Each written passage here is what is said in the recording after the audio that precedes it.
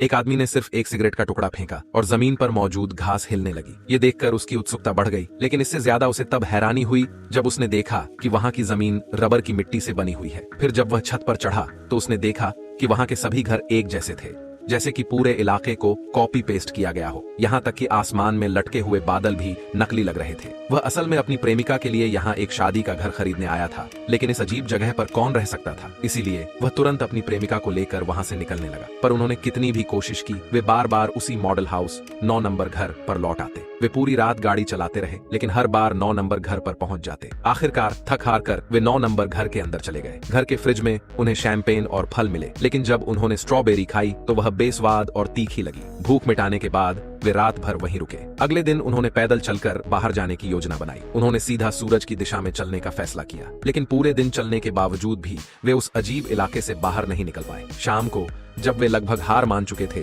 तो महिला ने देखा कि एक घर के अंदर से रोशनी आ रही थी। वे उत्साहित होकर उस घर में गए, लेकिन वहां टेबल पर उनका पिछली रात का बचा हुआ खाना रखा था। वे फिर से उसी 9 नंबर घर में लौट आए थे। इस बार घर के दरवाजे पर एक डिब्बा रखा हुआ था, जिसमें खाने पीने का सामान और रोजमर्रा की चीजें थी। ऐसा लग रहा था कि कोई उन्हें देख रहा है और उनकी निगरानी कर रहा है। उनका शक उस सेल्समैन पर गया जो उन्हें यहाँ लेकर आया था, और फिर अचानक गायब हो गया। गुस्से में आदमी ने 9 नंबर घर को आग लगा दी, ये सोचकर कि जो भी इन्हें यहाँ फंसा रहा है वह सामने आ जाएगा। लेकिन जब तक घर जलकर राख नहीं हो गया, कोई भी सामने नहीं आया। थकान के कारण वे दोनों वहीं सो गए। सुबह जब वे जागे तो उन्होंने देखा कि घर फिर से उसी हालत में बन चुका था, और इस बार दरवाजे पर एक डिब्बे में एक जीवित बच्चा था। डिब्बे पर लिखा था कि अगर वे इस बच्चे को पालेंगे तो उन्हें आजादी मिलेगी। अधिक अजीब बात यह थी कि वह बच्चा तेजी से बड़ा हो रहा था। मात्र 98 दिनों में वह 10 से 12 साल का हो गया। वह साधारण बच्चों जैसा दिखता था, लेकिन उसकी मिमिक्री की क्षमता असाधारण थी। आदमी ने यह जानने की कोशिश की कि जो भी उनका कचरा डिब्बे से उठाता है वह कौन है, लेकिन डिब्बा हमेशा उनकी नजर बचाकर गायब हो जाता। उसने जमीन खोदने का फैसला किया, यह सोचकर